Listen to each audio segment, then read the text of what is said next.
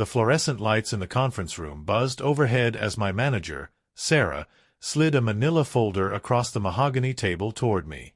Her face was stone cold, void of any warmth that had characterized our working relationship over the past 3 years. "We need to discuss your future here at Morrison & Associates," she began, her voice carrying the weight of corporate bureaucracy. I felt my stomach drop. Nothing good ever started with those words. I had been with the marketing firm for 3 years, working my way up from junior analyst to senior marketing strategist. My campaigns had generated millions in revenue, my client retention rate was the highest in the department, and just 6 months earlier I had received a glowing performance review. So when Sarah called this impromptu meeting on a rainy Thursday afternoon, I assumed it was about the promotion I had been eyeing. How wrong I was. "Due to budget constraints and company restructuring," she continued, avoiding eye contact, "we're implementing significant cost-cutting measures across all departments. Your position, as it currently stands, is being eliminated." My heart hammered against my ribcage. Eliminated. "However," she raised her hand before I could respond, "we value your contributions and would like to offer you an alternative." She opened the folder, revealing a new contract.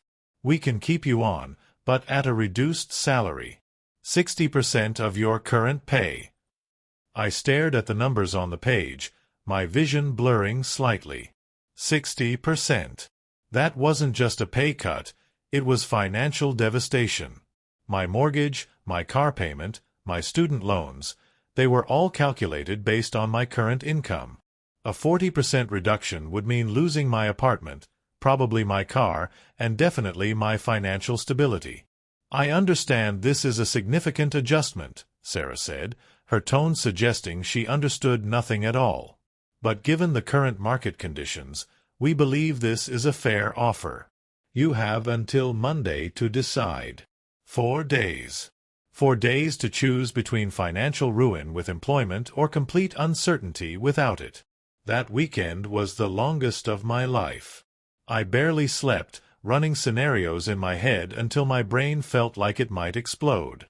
I called my parents, who suggested I take the offer. "At least you'll have a job," my mother said. I spoke with friends who advised me to walk away. "They're taking advantage of you," my college roommate insisted over coffee. But Sunday night, as I sat in my small apartment looking at my laptop screen, something shifted. I opened my freelance portfolio, something I had been building quietly on weekends for the past year. What started as a creative outlet had slowly grown into a collection of impressive work. I had helped 3 small businesses revamp their marketing strategies, designed campaigns for 2 nonprofit organizations, and even managed social media for a local restaurant that had seen a 30% increase in foot traffic. I realized I had been so focused on climbing someone else's ladder that I had forgotten I was capable of building my own. Monday morning arrived gray and drizzly, matching my mood as I walked into the Morrison & Associates building for what would be the last time as an employee. Sarah was waiting for me, the contract still sitting on the conference room table like a ticking bomb. "Have you made your decision?" she asked. I looked at her, then at the contract, then back at her. "I have." I reached into my bag and pulled out my own folder, my resignation letter, typed and printed that morning. "I'm declining your offer and resigning, effective immediately." Her eyebrows shot up. This clearly wasn't the response she had expected.